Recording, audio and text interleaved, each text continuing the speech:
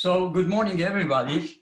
Good I morning. don't see everybody, but Good morning. everybody. Good And again, I hope you're all well and safe at home from what I can see. As you know, the negotiations between the United Kingdom and the European Union representatives on the conditions surrounding the UK's formal exit from the European Union continue at this time.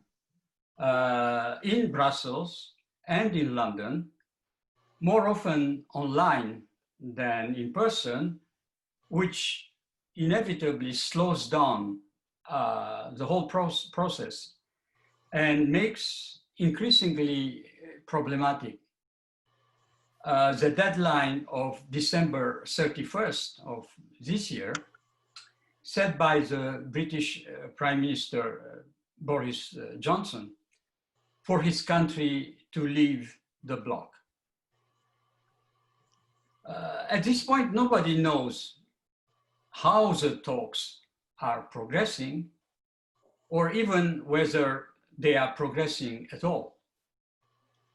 What we do know, however, is that the positions, the public positions of both parties remain still very far apart on most issues, and that with only 5 months to go in 2020, there is a distinct possibility for the UK to leave the EU without a deal, since Boris Johnson and his conservative government seem determined not to request an extension of the negotiations of the talks beyond that deadline of December 31st. That being said, as you know very well, for those who have been coming to our class for the past 3 years or so, the whole Brexit process turned out to be so convoluted and with so many twists and turns since June 2016, when the referendum, if you remember, was held in England, that nothing would really surprise anymore the British voters and the foreign observers.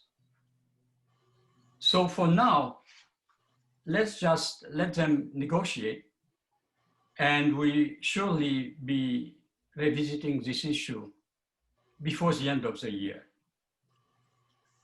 Speaking of the European Union, I'd also like to briefly address the issue of the stimulus package of some 750 billion euros, which is roughly $870 billion, adopted last Monday in Brussels by the bloc's 27 member states after 4 days of long and painful negotiations. The deal is notable because for the first time ever, the EU member states will raise large sums by selling bonds collectively rather than individually, with much of that money being handed out to member states hit hardest by the pandemic in the form of grants that do not have to be repaid rather than loans. However, the main proponents of the package, Germany and France in particular, had to overcome the strong opposition of a group of so-called frugal states led by the Netherlands. Michel, if you don't mind putting up the map.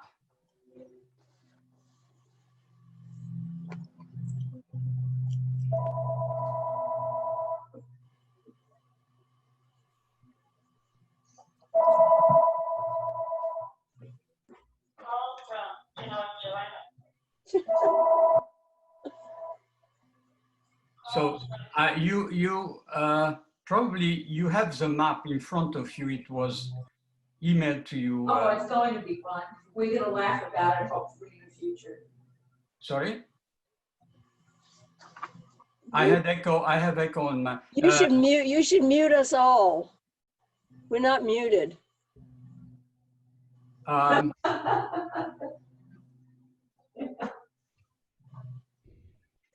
Here, who's not muted here?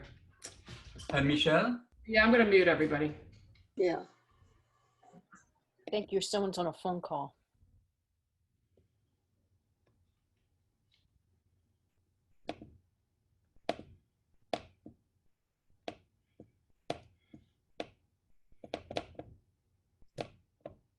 Okay. Michelle? Yes. Can you put up the map, please? Sure. Thank you.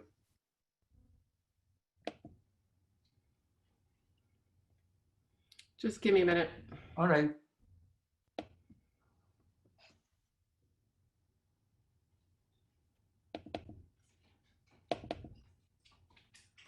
Map for Monday.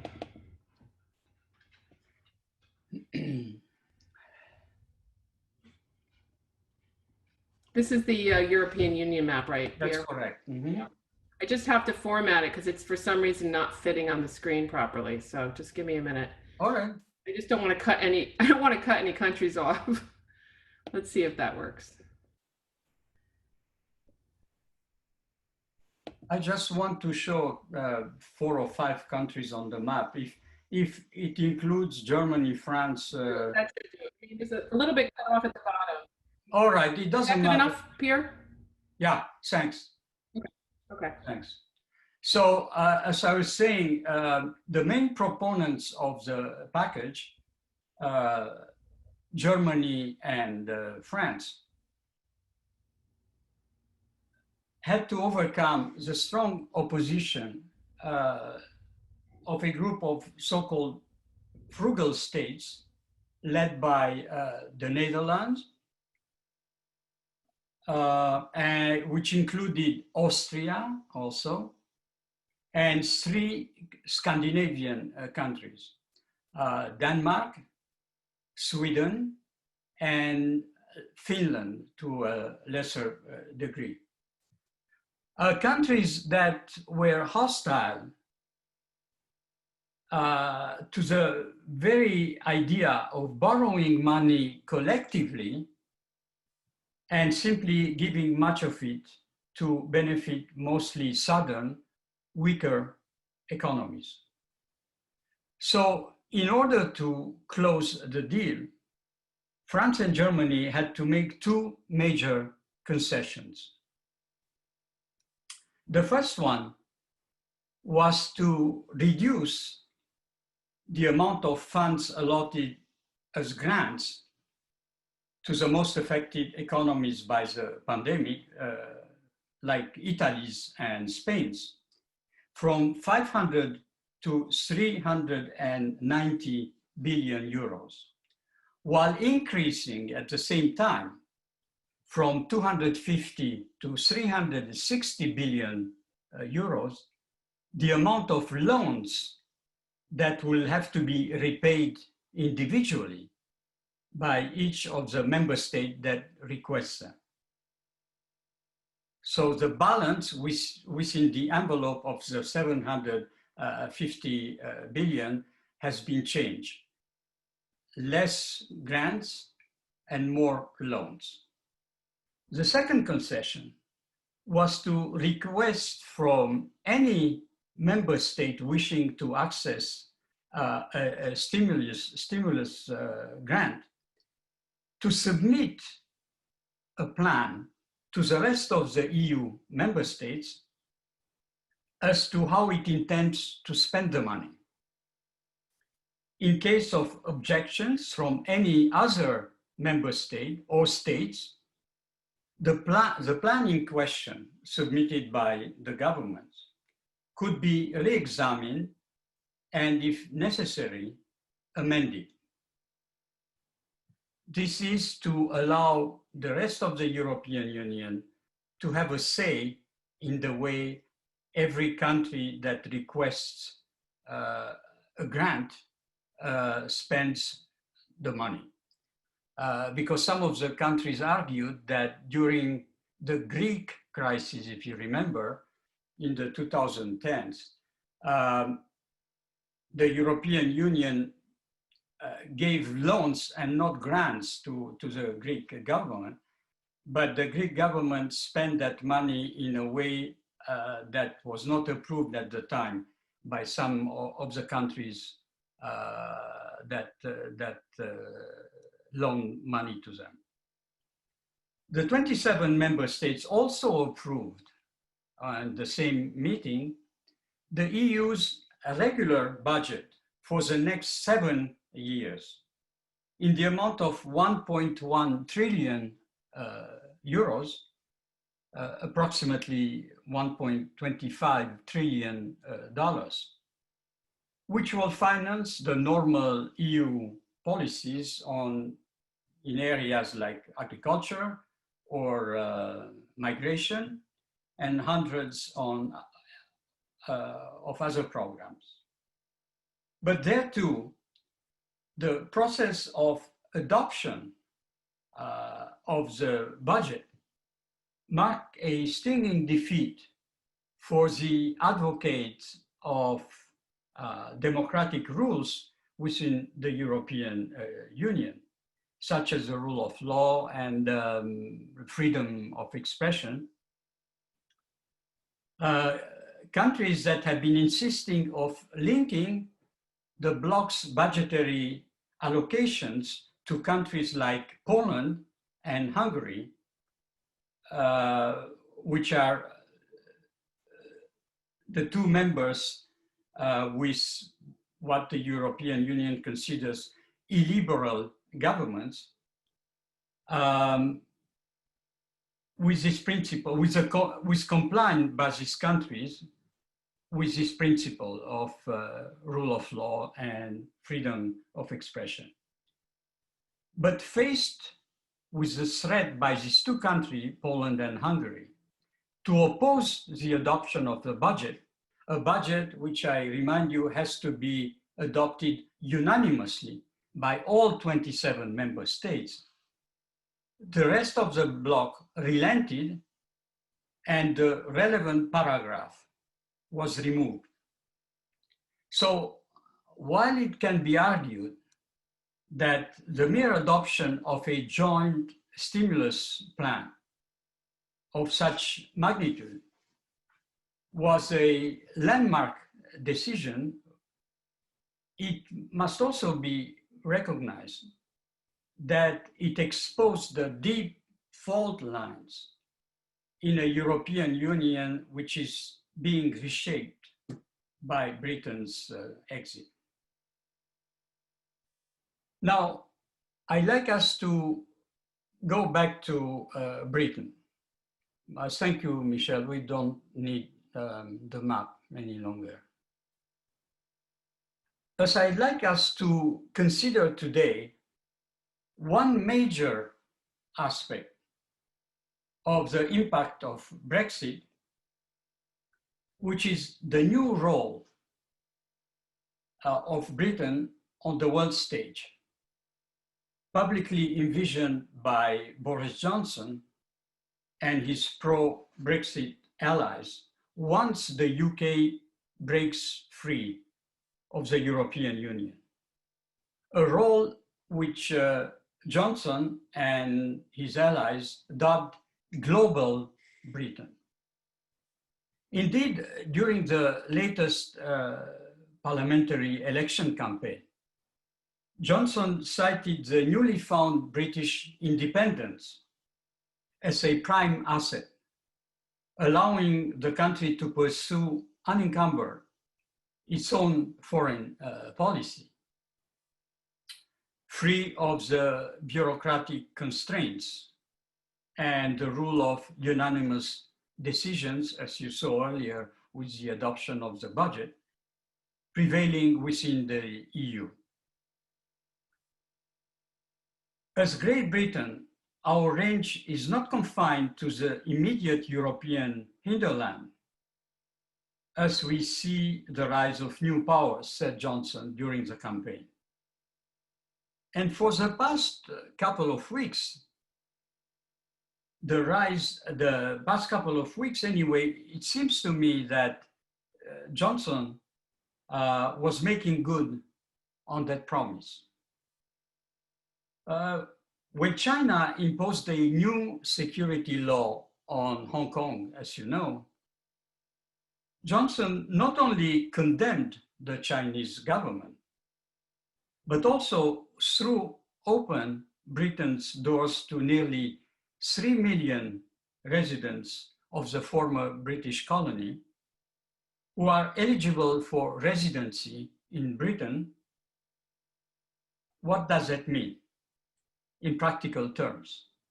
It means that the UK would extend visa rights to anyone eligible to apply for what is called a BNO passport.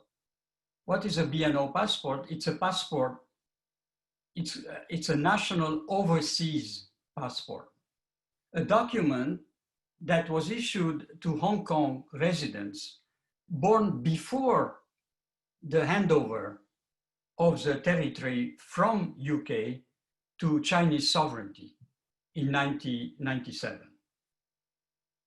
There are currently an estimated 2.9 million BNO passport holders living in Hong Kong out of a total population of 6 million, more or less, give or take. According to the new rulings, the BNO visa rights will be extended from a period of 6 months to an extendable 12 months, thus providing an unspecified pathway to future British citizenship. The details of this ruling have not been made public yet, but the principle was set. So we'll see how this is going to work, because we're talking about 3 million people. Now, one guess is that some of these people will replace the European Union nationals living in the UK, who eventually, when the UK formally pulls out of the European Union, will be going home. So the Hong Kong residents will be replacing the UK nationals living in the European Union nationals living in the UK. We'll see. But that was only the first step. Last Monday, the British government announced 2 additional measures that have sparked anger and threats of retaliation in Beijing. The first one was a ban on the equipment provided by the Chinese tech giant Huawei for its 5G network, a deal which had been initially approved by the British government. And the second one was the suspension of UK's extradition treaty with Hong Kong, out of concern that under the new security law imposed by Beijing in the territory, anyone extradited from Britain to Hong Kong easily could be sent to mainland China. By the way, other Commonwealth states, such as Australia and Canada, also suspended their own extradition treaties with Hong Kong. These moves have drawn praise from Secretary Pompeo, who during a visit last week to London has called on allies to draw a firm line with Beijing on a number of fronts, taking example from the British position. That being said, British latest clashes with China have revealed deeper contradictions in Mr. Johnson's post-Brexit vision, at least as far as timing is concerned. Indeed, Britain wants to go global at a time when globalization is in retreat. Britain moved away from the world's largest trading bloc, which is the EU, at the time when individual countries are, on the contrary, trying to build up regional economic blocs and alliances to compete with other regions. And Britain is trying to carve out an overseas role, just as the coronavirus pandemic has crippled its domestic economy. Great Britain has lost an empire and has not yet found a role. This observation, made by former US Secretary of State Dean Acheson during a speech at West Point back in December 1962, created an uproar at the time. The truth is that the search for a distinctive British global role continues to this day, now in much more complex circumstances.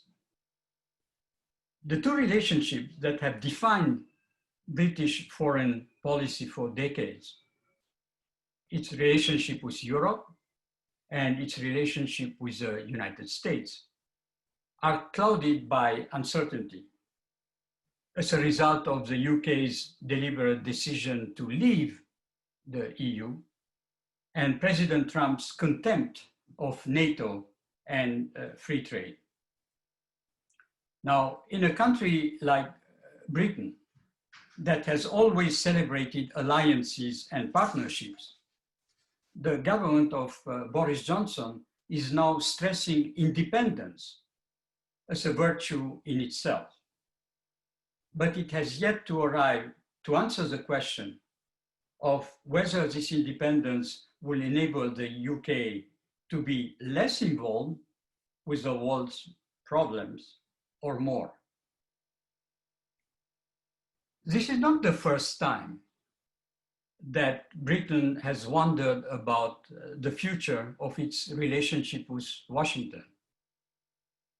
It had its doubts right after the end of World War II, when it developed its own nuclear weapons, not only because it wanted to assert its independence, but because the US at the time had broken off wartime cooperation by refusing to sell the UK the so-called Skybolt missiles, which would have allowed British bombers to launch weapons away from Soviet air defenses.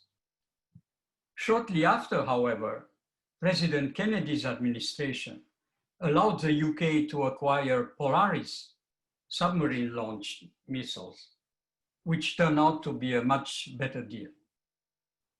In fact, close cooperation in the nuclear and intelligence fields is one of the major assets of the special relationship between the two countries. But what truly sustained this relationship was a succession of shared projects that reflected a common strategic perspective. After working together to win World War II and set up the post-war international global institutions as we know them, The two countries joined forces in conducting and ending the Cold War. And after the collapse of the Soviet Union, in promoting globalization in the name of liberalism. But these new ventures ran into trouble. The 2008 global financial crisis undermined confidence in the economic model the two countries were offering, and the ill-fated interventions in Afghanistan, in Iraq and Libya raised questions about their political judgment. On both sides of the Atlantic, people were growing more skeptical about globalization and foreign interventions. Further complicating the relationship, President Obama shifted the US focus on the Asia-Pacific region, a process that has continued under President Trump. However, unlike his predecessor, or predecessors, I should say, Trump lacks commitment to NATO and free trade. The problem, therefore, is not that the two countries no longer have a special relationship. The many ties of language, culture, and history survive, but they no longer share a grand strategic project to work on. No wonder if the British foreign policy establishment is trying to figure out now what to do next. As I said earlier, this is not the first time that Britain has wondered about its future relationship with Washington. But the difference this time is that it is doing so after having abandoned Europe, a Europe that the UK has worked so hard to join. Let's not forget that it is only in 1973 that Britain was at last admitted as a member of the European Economic Community, the EEC, which became later the EU. Its application having been blocked several times by French President Charles de Gaulle, who considered the UK as a US Trojan horse in Europe's midst. And yet, Britain's first step within the EEC at the time were encouraging. As London facilitated in the 80s the expansion of the bloc to Greece, Portugal, and Spain, countries that were allowed to join after the end of military rule in each of them, and later in the early 2000s to Eastern European countries emerging from communist rule. At the time, London saw real advantages in contributing alongside other major European powers to the strengthening of the democratic rules across the continent and in forming a powerful coalition that could counterbalance to some extent the American influence on some issues, notably the Middle East, where the Europeans took a less pro-Israeli position than the US did. The EU expansion, however, changed the character of the organization. As the EU grew, decision-making slowed, and disagreements between member states diminished the bloc's effectiveness, much to the dismay of successive British governments. And the latest example, again, is the adoption of the common budget last week in Brussels. Prime Minister Tony Blair's decision to join the 2003 US-led invasion of Iraq, which, if you remember, were opposed by France and Germany, did not help the attempts at the time to find common grounds. But the biggest divergence between the UK and its European partners concerned the degree of integration.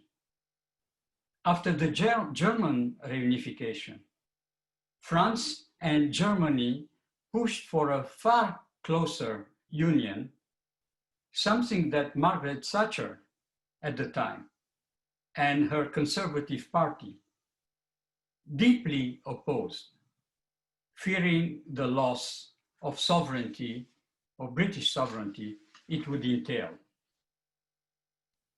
The same concern prompted Thatcher's successor, John Major, to secure a number of opt-outs from the EU's requirement in areas such as justice and labor, and most importantly, from its economic and monetary union, including the decision to stick with the pound over the euro. And it is also the same concern that pushed the conservative David Cameron to announce a referendum on whether the UK should leave the EU or not. The Leave campaign, if you remember, argued that if the UK did not get out, it was bound to get drawn into an ever closer union, including the prospect of having to join a European army. While the Remain campaign warned of the economic cost of leaving the customs union and the single market, while pointing out the advantages of the opt-outs that Britain had already secured on immigration and finance. The truth, however, is that the European Union no longer represented, in the eyes of the British public opinion anyway, the great geopolitical project that could enhance British influence. The rest is history, as you know. Brexit won in 2016, and after nearly 4 years of twists and turns, the details of the divorce are being worked out as we speak. Now, as a result of all this, the two pillars of British foreign policy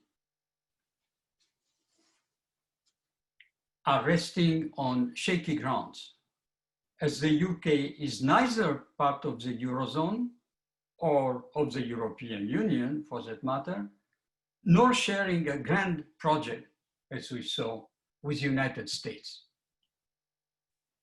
That being said, while the UK will obviously have far less influence over developments within the European Union, including, for example, rising authoritarianism in a number of member states, the overall political effect of Brexit will be relatively limited. Why is that? Because Europe's international influence has always depended as much, if not more, on cooperation among individual European countries than on European institutions. Consider, for instance, how close London has stayed to Paris and Berlin in recent years on issues such as security cooperation, including tracking criminals and terrorists, the preservation of the Iran nuclear deal after Trump's withdrawal from it, its compliance with the Paris Agreement on climate change, and even its opposition to the US recognition of Jerusalem as the capital of Israel. But it is also clear that Britain will face many challenges, none of them bigger than NATO, whose purpose President Trump has questioned repeatedly. Unlike the European Union, NATO is something the UK helped create, and Britain has always seen NATO as its main contribution to the European security. Time has changed, and the UK now realizes that even in case of a friendlier US administration to NATO starting in November, the American taxpayer are increasingly wondering why European countries that individually have gross domestic products far greater than that of Russia need the US to provide security in their neighborhood. That has actually prompted a few British politicians to advocate a new and closer security relationship with Europe. But one has to wonder whether such a option is realistic, at least in the short term, considering how deeply intertwined the British and American intelligence services and defense forces are, with most of the British military hardware, submarines, aircraft carriers, and jets, rely on US technology and facilities. President Trump's political fortune poses another risk to Boris Johnson. The US president has enthusiastically supported Brexit and embraced the British Prime Minister as a like-minded populist. If Donald Trump were to lose in November to former Vice President Joe Biden, Boris Johnson would face an uncertain new counterpart in the White House. There is nothing to suggest that Biden would not champion the alliance with Britain. And on some issues like Iran or climate change, there will be fewer points of friction between London and Washington, for sure, as we saw earlier. But the new American president would likely not attach the same priority to a trade deal as the current one. Biden is also a devoted Irish American who would most likely look out for Ireland's interests as Britain negotiates its long-term trade relationship with the European Union. So this is briefly the backdrop against which the British government is reconsidering its foreign policy. The challenge for Boris Johnson is to strike a balance between independence and interdependence. On the one hand, he wishes to project an image of a confident country enjoying the newfound British liberation, so to speak, from an overbearing supranational organization such as the European Union. On the other, he had denied that Brexit represents an embrace of isolationism and nationalist populism, ruling out any talk of Britain first in favor of, as I mentioned earlier, global Britain. A slogan intended to show that the UK is broadening its focus beyond its backyard, looking for more opportunities for high quality trade and immigration rather than just putting up barriers.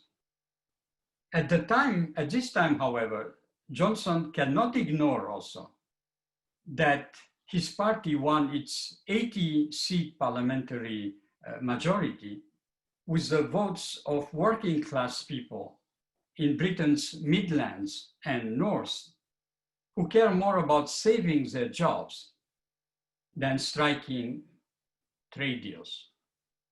So you can tell from what I just said that Britain's new role in international affairs will therefore ultimately depend on Johnson's ability to meet those two different and at some point contradictory challenges.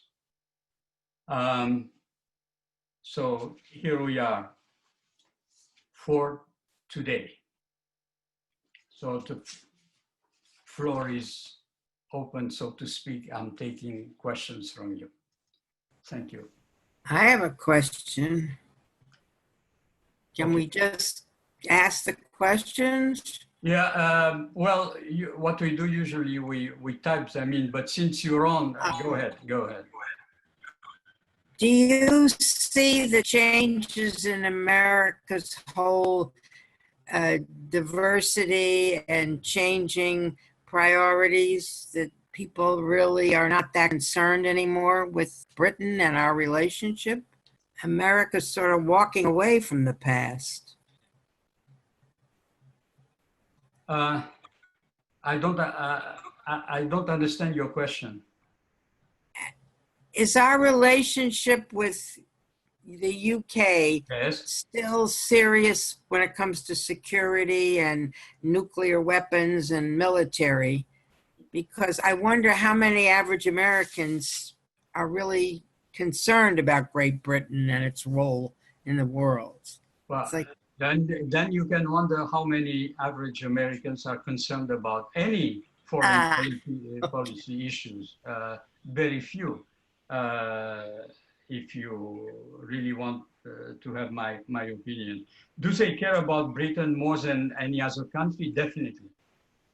Definitely there is a huge Irish American community in this country, so they do care about Britain. And there are definitely very strong ties culturally, historically, between the United, and in terms of values between the UK and the United States. So the two fields that you mentioned to me, defense is one of the fields where the cooperation between the two countries goes very smoothly. And much more so than politically, because politically, in the political field, you have ups and downs according to the government which rules the country at a certain time, its programs, its interests, but the security and defense issues are totally separate. That is the case also for the UK with the EU. The UK is still very much part of the overall European defense system through NATO, particularly through NATO. They don't have to go through the European Union. As a matter of fact, European Union does not have an army. And even though there are many times when France mentions, particularly France, mentions something about establishing a joint force, a European Union, this has been only on paper so far. No other country has been willing to even broach, to address the idea, much less to implement something like that. Because most of the European, members of the European Union are also members of NATO. So they value NATO a lot.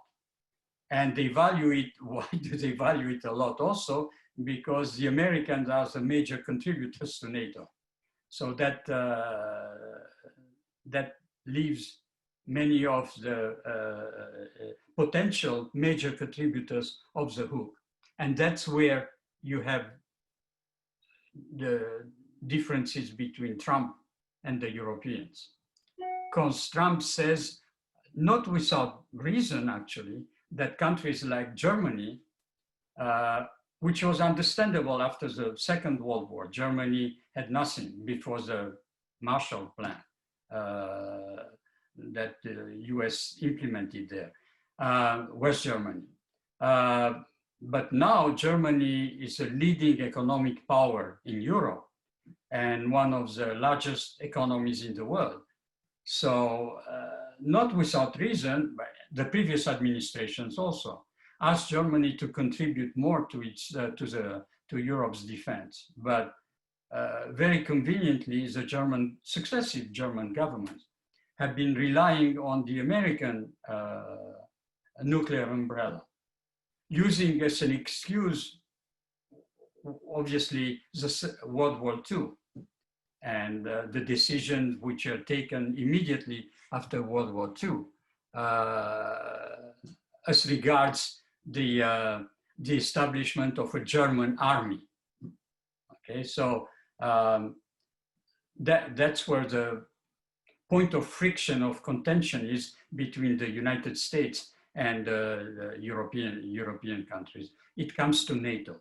But NATO for the British, they were one of the founders of NATO and one of the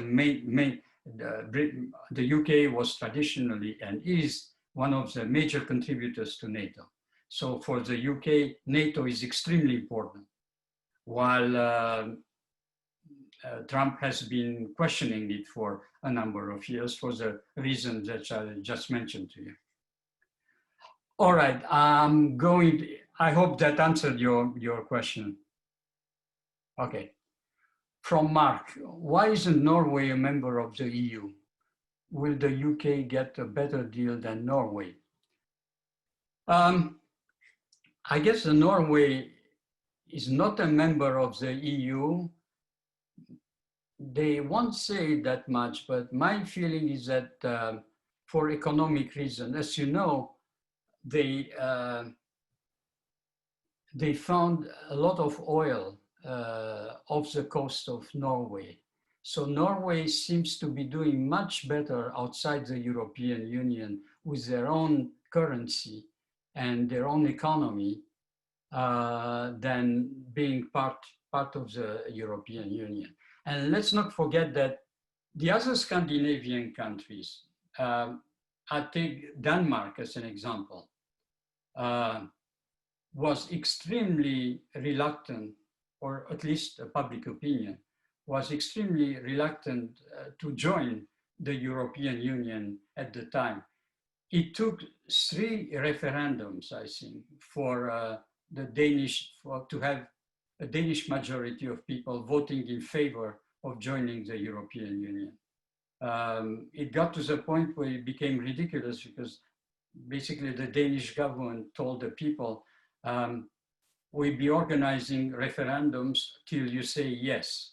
A majority of you will say yes to the European Union. So in the end, they joined the European Union. But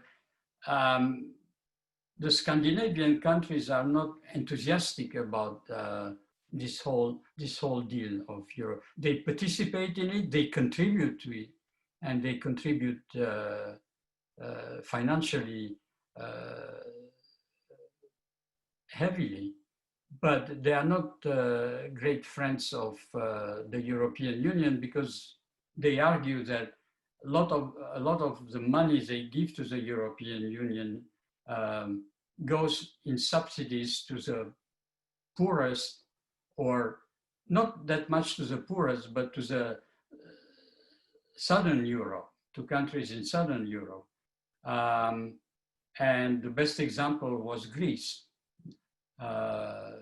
which for a long time kept 2 sets of accounting, one for the European Union and one for domestic purposes. So when it became clear and public that the numbers presented to the European Unions had nothing to do with the real domestic situation in Greece, they defaulted.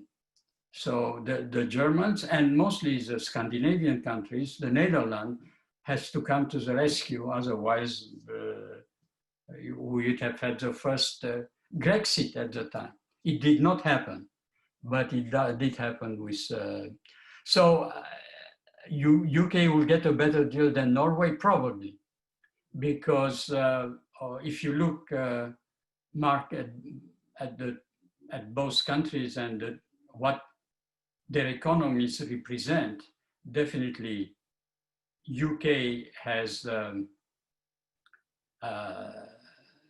many advantages that Norway does not in many areas. The European Union needs the UK obviously much more than Norway. So probably they'll be able to get a better deal than Norway, or they might pull out and not get a deal at all. But that, again, that will revisit that issue when these negotiations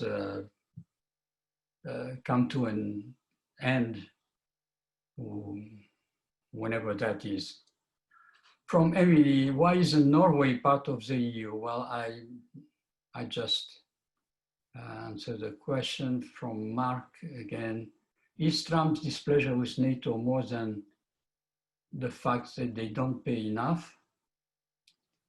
Well, generally speaking, Trump is not in favor of so-called coalitions of countries or alliances of countries as a principle. As you might remember, last year and the previous one in 2018, as in 2019, Trump came before the General Assembly of the United Nations to make a plea in favor of sovereignty, which was a first in the General Assembly of the United Nations, which is really the home of multilateralism. So Trump was very much urged every country,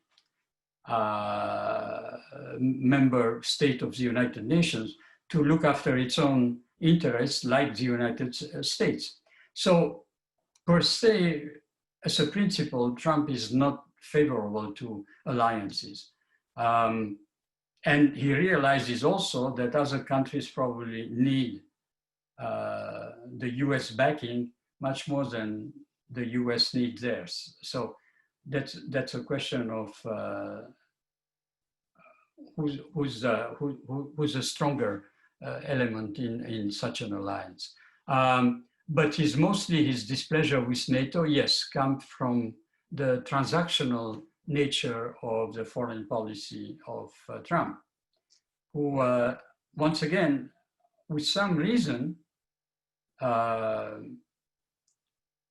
has been arguing that NATO, the member states, do not pay their fair share to the organization. From Steve, Great Britain has similar issues with these states, such as Scotland and Northern Ireland, wanting to get away from the rules that Great Britain imposed on their country. Yes, mostly with Scotland, with Northern Ireland also, for different reasons. Now, it remains to be seen what will happen once the UK leaves the European Union. We'll have a much clearer picture if that will encourage Scotland, for instance, to seek more autonomy, or even to organize a second referendum after the one in 2014. It all depends on the economy also. If the economy resumes its normal course in the UK and Scotland, obviously, I think a majority of Scots will still want to remain in the UK. If the economic situation is getting worse, then the sovereignists might have a point in trying to get away. But let's not forget also that Scotland's situation is very different from Northern Ireland, for instance. It's not an island. Scotland has a land border with the UK, I mean with England. So for them to stay in the European Union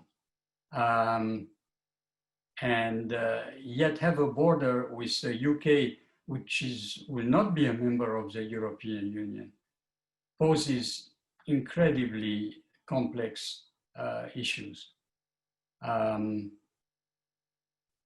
which cannot be overlooked at this time. So Scotland's situation is somewhat different. As for Northern Ireland,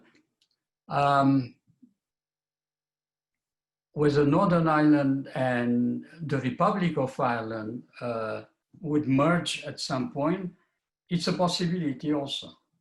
It remains to be seen how the Catholic community feels about it. Obviously, for now, it feels very strongly in favor of remaining in the UK.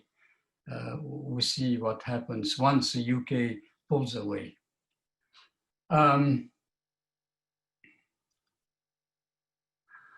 is the EU, Marcia, how is the EU going to deal with the member states that are increasingly moving away from democratic government? Well, for the time being, yes, for the time being, you have mostly two countries, Poland and Hungary. It's very difficult. It's a very difficult situation that the Charter of the European Union had not considered when it was established. Because most decisions, as I mentioned earlier, have to be taken unanimously. And that's a very difficult, that's a card that all these governments are using against the European Union. The threat to block the European Union if the European Union wants to take measures which go against their own domestic institutions and their own government. So they have a number of measures that they could adopt. For instance, they adopted a number of resolutions and even they threatened Poland to cut its voting the rights in the European Commission. But again, the Hungarian government said right away that will vote against it. So again, since they have to have a unanimous decision on that, it is very difficult. So the weapons are there, the tools are there to punish, quote unquote, illiberal governments. But actually, it's very difficult to implement any of these policies. Because the integration of these 27 member states is far from perfect.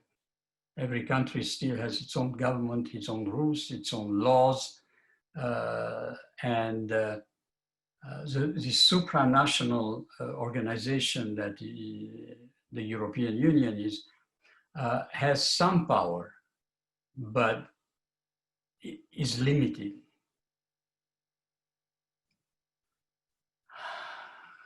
From David, what has been the overall impact of the US president's constant criticism? I goofed. What has been the overall impact of the US president's constant criticism of NATO and so much more on our relationship with the EU and Europe in general. It seems we have fewer and fewer allies. Thank you.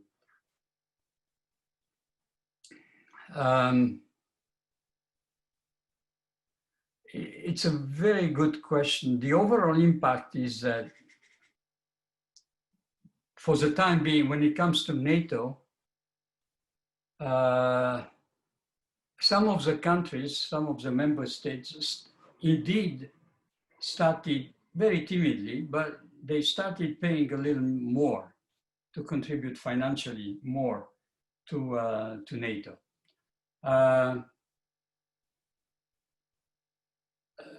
Particularly the Eastern European countries and some of the Baltics, mostly the countries which feel that they are on the front line if there is a conflict, in case of conflict with Russia. And those are countries which were under communist ruling for 70 years, the Baltic states and then Poland and the others. And that fear most a Russian intervention, having lived with under Russian Soviet rules for 70 years. So obviously they are very sensitive to this issue. Now, as far as the Western European countries, yes, some of the countries have been paying a little bit more, including France. Germany has not. Germany is the only exception to the rule, which has actually been paying less than it was paying previously. That might change also when Merkel, who has a very bad personal relation with Trump, when Merkel leaves next year, that might change. We don't know who's going to replace her, who's going to be the next chancellor. And there might be a chancellor who would be friendlier, not necessarily to the United States, because Merkel is close to the United States, but on a personal basis to the president. It could very well be that the current president will not be the next president next year. So that remains to be seen. But yes, some of the countries have been paying a little more. Now, when you say we seem to have fewer and fewer allies, I wouldn't bet on it. There is one thing to come out publicly and to make statements which are not particularly favorable to the United States, but I do not think that the US has fewer allies because of Trump's behavior. He might have been annoying to most of the other leaders, European leaders, because he tends to tell them how it is, or at least how he feels about a particular situation. But by and large, and if it came down to it, I don't think that in a case of a real crisis, there is no question on my mind that most European countries, all European countries would side with the United States, no matter who's sitting in the White House. Not necessarily because they love the United States so much, but they need the United States. From Linda, before President Trump exposed the lack of any of the NATO countries paying the required share, Americans were stupid to all of this lack of enforcement. Now that we know, we don't want to continue to carry those countries on our tax dollars. You're right. Basically, you know, the previous Obama also mentioned it, but much more diplomatically. He mentioned it during summits or during meetings with European leaders, but not as publicly and as openly, and let's put it this way, as undiplomatically in undiplomatic terms as the current president. So yes, there is a segment of Americans in this country who realize, they say, why should we be paying so much money to NATO when NATO is made up of members who could afford, who actually, when you put together the European countries of European element of NATO, their army is much more imposing than Russia's. They had more nuclear bombs between the UK and France than Russia. They have more troops and more weapons than Russia. So indeed, for the American taxpayer, the question is, we understand, and the United States also has interest in backing the Western European countries against a Soviet or Russian potential threat. But why shouldn't be those countries paying more since they can afford it? So obviously those countries had been investing the money that they do not give to their military expenses to NATO in their own economies, which the United States did not do. So in a way, you're right. He,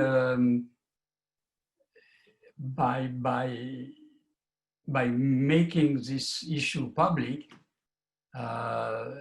he made more Americans aware of the fact that indeed the European countries were not paying their fair share.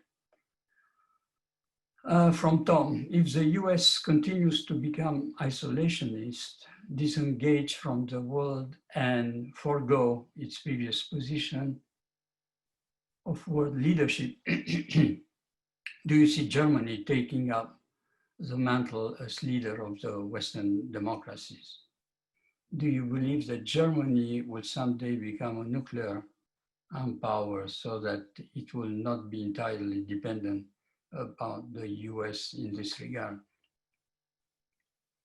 Well, Germany has already taken the leadership of the European democracy, economically anyway.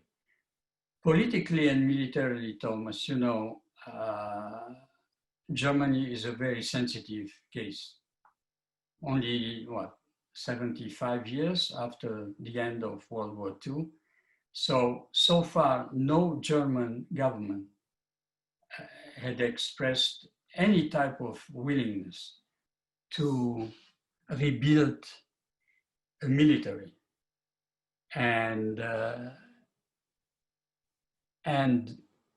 90%, and the reason you can see that the German public opinion is strongly opposed to any idea of acquiring nuclear weapons.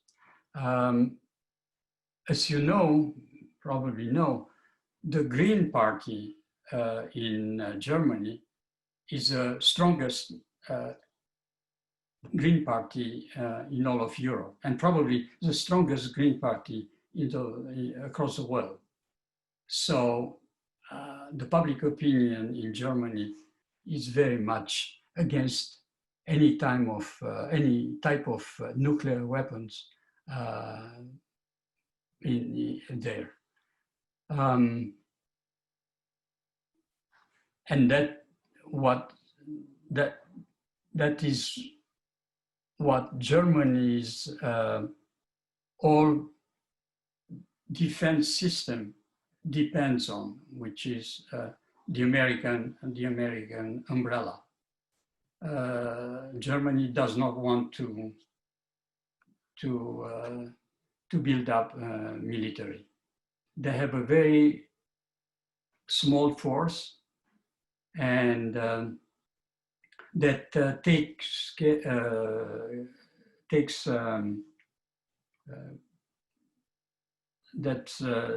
is part of the UN peacekeeping missions around the world. mostly in a civilian capacity, but there are a few soldiers, also German soldiers, deployed within the Blue Helmet peacekeeping force around the world. And I think they have 2 or 3 rapid intervention units in Germany in case of terrorism or things like that. But to build up a German army the way Germany did build up its army in between the wars, for Germany, that's out of the question for the foreseeable future. I don't see it on the horizon, not in our lifetime. That being said, you know, things change, but I don't see it for now. From Darrell and Jules Lerner, a question from 2 people. The Good Friday Agreement calls for a referendum on the unification of Northern Ireland with Republic of Ireland. Indeed, now that Catholic population is close to majority, how do you see this developing? Will UK really permit a binding referendum? Yes, whether the UK wants it or not, it is, since you mentioned the Good Friday Agreement, the UK agreed officially at the time that if there is a majority of people in Northern Ireland who wish to hold a referendum on the merger, on the reunification of the 2 islands, the UK will not oppose it. So it's something that they will definitely permit. Unlike what's happening in Scotland, where the UK government already said after the latest referendum and its outcome, which is a vast majority of people voting to stay in the UK, the government, the British government at the time said, this is it. We organized a referendum for you. And now the outcome is done. We're not going to have this kind of referendum every 5 or 10 years. Once in a generation, maybe, but this is it. For Ireland, it's different. The UK is committed to allow a referendum if such is the case when the time comes. From Tom, I was surprised recently when looking on the map of Europe to see the huge size of Belarus, almost as large as Poland. And yet I know very little of the nation and never hear it mentioned in discussion of European-Russian affairs. Could you give us a short background and your impressions of this country? Could Belarus in the future become a target for Russian aggression, as Ukraine is now?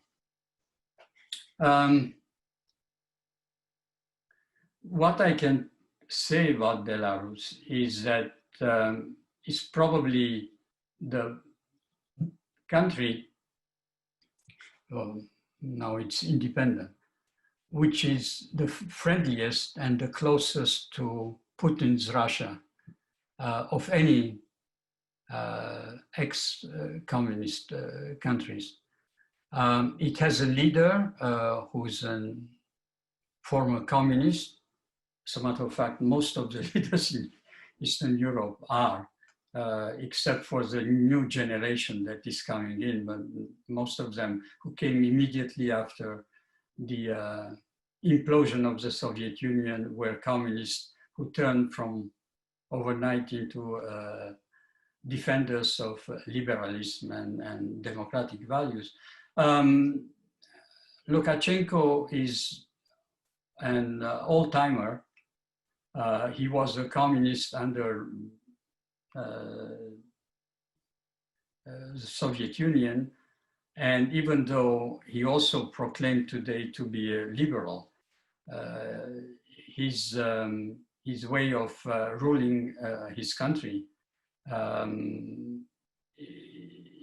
is very authoritarian. You don't hear much about Belarusia or Belarus because unlike Ukraine, Belarus is made up of real Russian, majority of Russian people who have no issues, generally speaking, with Kremlin and with the Putin's government. So politically speaking, it's not a country that has done anything in particular to attract attention. The only thing that I can tell you about Lukashenko is that he's probably the only European leader who decided that the coronavirus was a hoax invented by I don't know who, and that the citizens of his country had not to be subjected to any kind of inconvenience, including wearing masks or social distancing. Nothing stopped in Belarus since March. Everything continued, business continued as usual. All the public places were open. All the sports activities and events continued with people in the stands. Nothing stopped, not even limiting measures. Now, we don't know how many people got infected, and we never will. Officially, nobody, which is a miracle. Only Belarus could have achieved it. Nobody got sick. And it is also true that there are not too many tourists to Belarus. But so that's the only way in which Belarus drew attention lately in the news. There were a couple of articles in the papers about Lukashenko's decision not to impose any measures against the coronavirus in his country. Apparently, people there are doing well. That's what he says anyway, or the official news agency is claiming. It remains to be seen what is going on behind. Not the Iron Curtain, we don't have it anymore behind closed doors. From Alan, my understanding of the deficiency in payments to NATO is not that we pay more, we allocate our required share. The Europeans are failing in paying the requisite percentage of their budget. Our complaint is not that we are carrying the other countries, but we make our contribution while other countries do not contribute their share. The US taxpayer is not paying any more as a result of European countries. Is that not true? It is. If you look at it this way, indeed, the US is paying its share. You're absolutely right. And the Europeans are paying less than their share. That being said, if you look from a percentage point of view, since the US is paying its shares and the Europeans are not, percentage-wise, the Americans are paying much more than the Europeans. No matter how you look at it, it's not a question of the Americans are paying more to make up for the loss of revenues from the Europeans. But by the simple fact that the Europeans are paying less and the Americans are paying their part, the percentage of the American contribution is higher. So the American taxpayer is looking at that and says, well, the Europeans are not paying their share. Why should we pay our share? Or for the American taxpayer, it doesn't make any difference whether the Americans are paying their share. What makes a difference for them is that the Europeans are not paying their part. So if the Europeans are not paying their part, then the Americans shouldn't be paying their part either. They should be contributing less. So the taxpayer, American taxpayer, should be less affected, if you will. But yeah, you're right. The US is paying its share and the Europeans are not.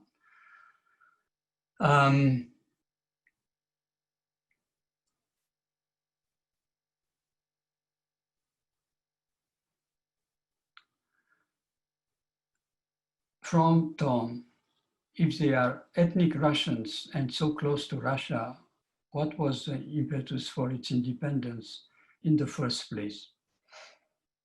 That's a very good question.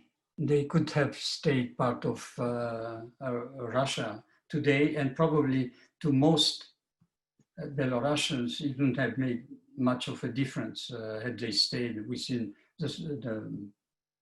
within Russia. All the states became independent. Ukraine became independent. I don't know. Maybe there is a larger Polish minority in Belarus. They have a common border with Poland. Maybe that is the reason why they decided to become independent.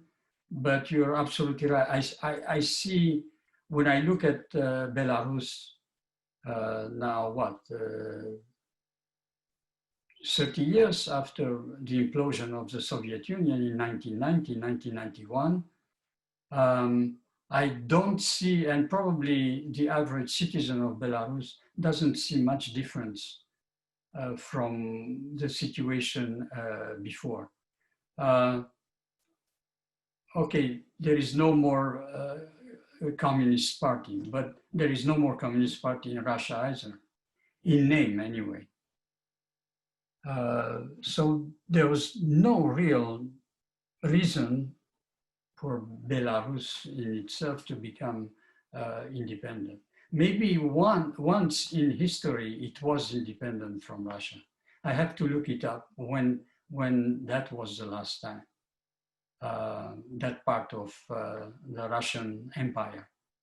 And when Belarus joined the Russian Empire. And probably if I look back in the history of Belarus, I'll have a few more elements to give you next time, next Monday. I'll look it up.